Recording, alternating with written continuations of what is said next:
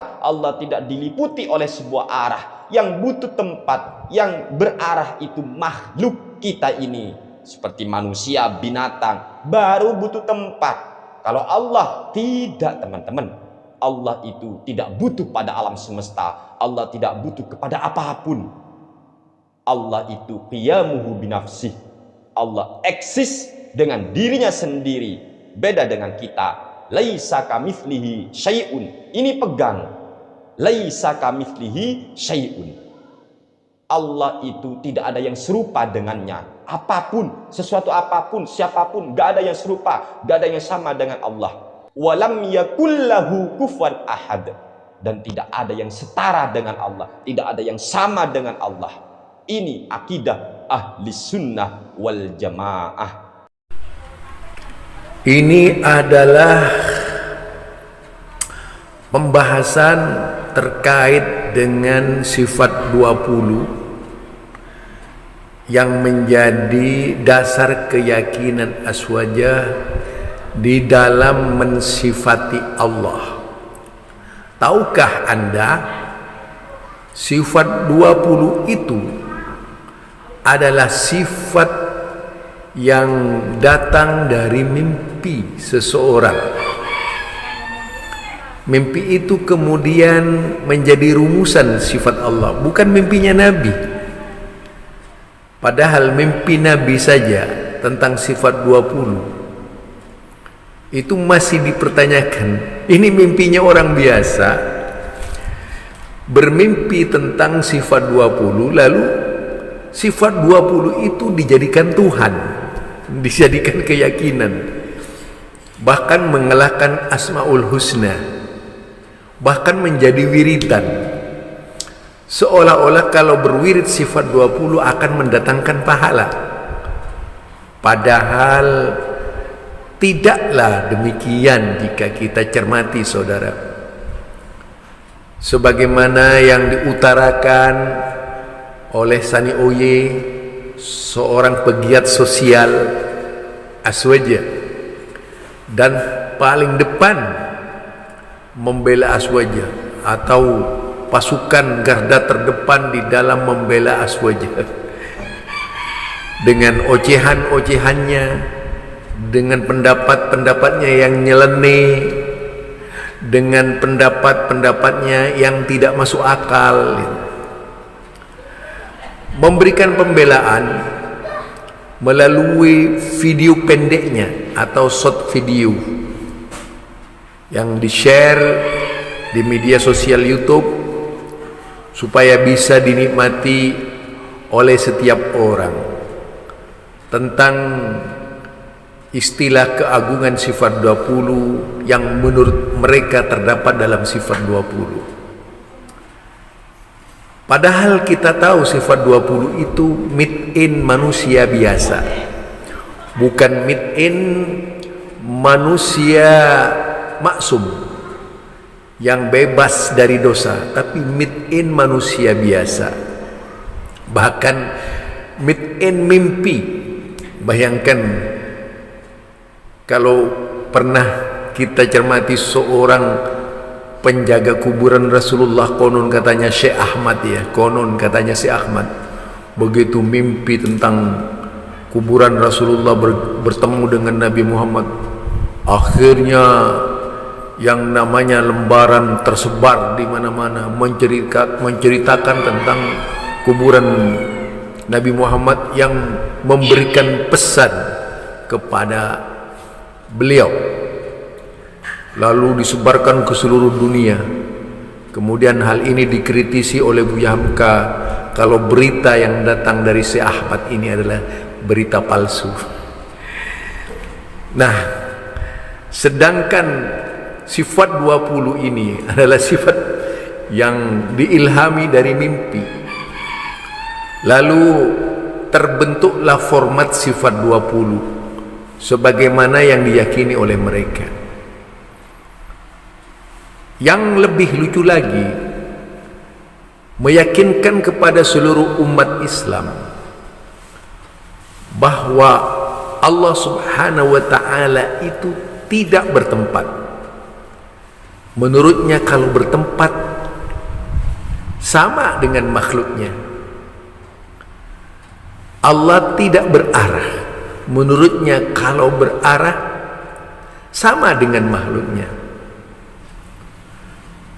Padahal kalau berpikir, yang menciptakan tempat di alam semesta ini atau menciptakan alam semesta itu adalah Allah.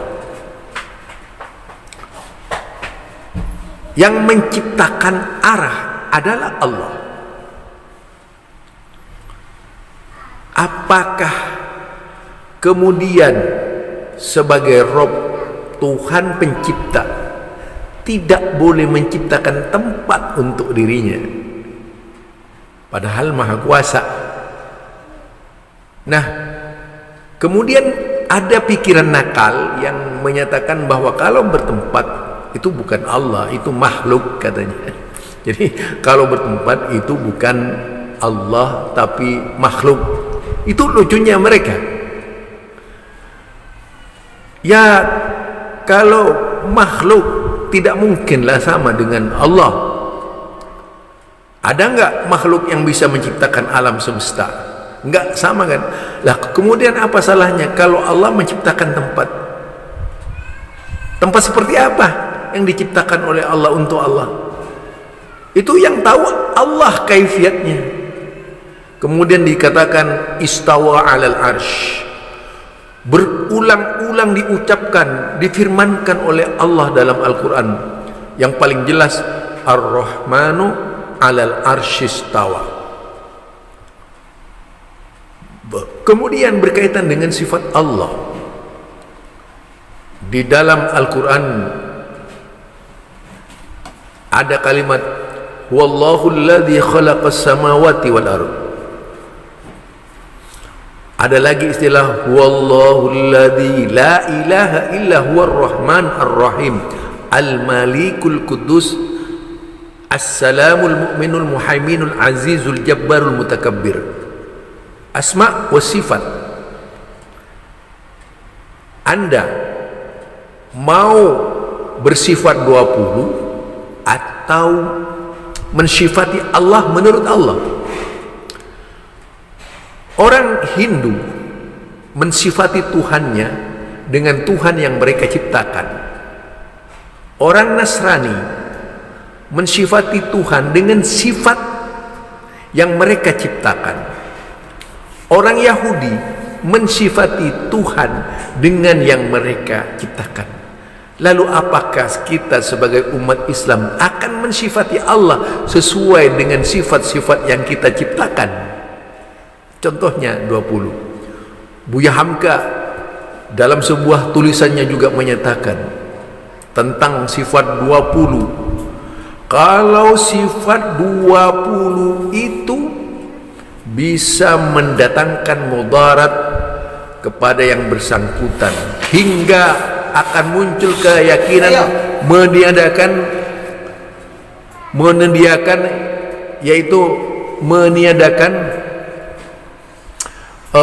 sesuatu yang tidak kita harapkan,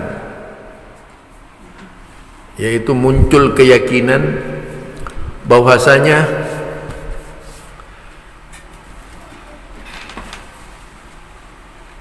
Allah itu tidak ada.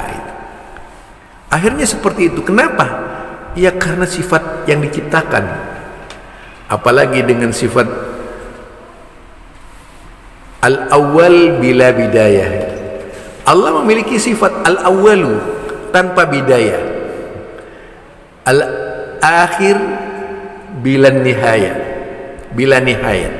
Jadi Allah punya kemudian tanpa kalimat nihayat. Itu ciptaan kalau nihayatnya atau bidayahnya itu. Tak perlu ditambah-tambah apa yang datang dari Allah. Wal awwalu wal akhiru wal zahiru wal batin. Ya sebatas itu saja menciptakan, sebatas itu saja kita menciptakan sebatas itu saja kita mengucapkan sifat Allah, bukan berdasarkan sifat yang disusun oleh manusia. Yang menyatakan Allah bertempat itu adalah Allah. Istawa 'alal arsy, istawa 'alal arsy. Itu diulang sampai 7 kali. Termasuk summastawa. Demikian juga kalau kita lihat kalimat-kalimat yang menunjukkan Allah ada di atas, menurut Ibnu Qayyim Al-Jauzi ada 1001 ayat yang menunjukkan bahwasanya Allah ada di atas. Mulai tadi ayat-ayat yang sangat jelas, bukan mutasyabih, itu muhkam. Ada yang mengaitkan dengan kalimat yaitu sayahdin, ketika Nabi Ibrahim ke Palestina menemui Tuhannya, tidak dikatakan di situ sebagaimana istawa 'alal arsy. Beda jauh. Kalau istawa 'alal arsy itu bukan mutasyabih, termasuk muhkam dalam pandangan ulama-ulama. Tidak ada satupun yang menyatakan itu mutasyabih, tapi ayat muhkam yang jelas. Tentu saja bagi seorang mukmin seperti kita harus menerima sifat Allah itu. Harus meyakini sifat Allah yang datang dari Allah. Soal tangan, soal kaki yang datang dari Rasulnya. Tidak perlu kita menerima takwil-takwil mimpi dari orang-orang sebelah. Kalau memang Allah yang menyatakan Allah punya tangan, tapi ketika mereka menyebut Sami Basir, kenapa diterima? Ketika menyebut Yadun, kenapa tidak diterima? Kan lucu. Padahal jika persepsi mereka dipakai Sami Basir juga ada pada diri manusia. Mendengar dan melihat ada pada diri manusia itu.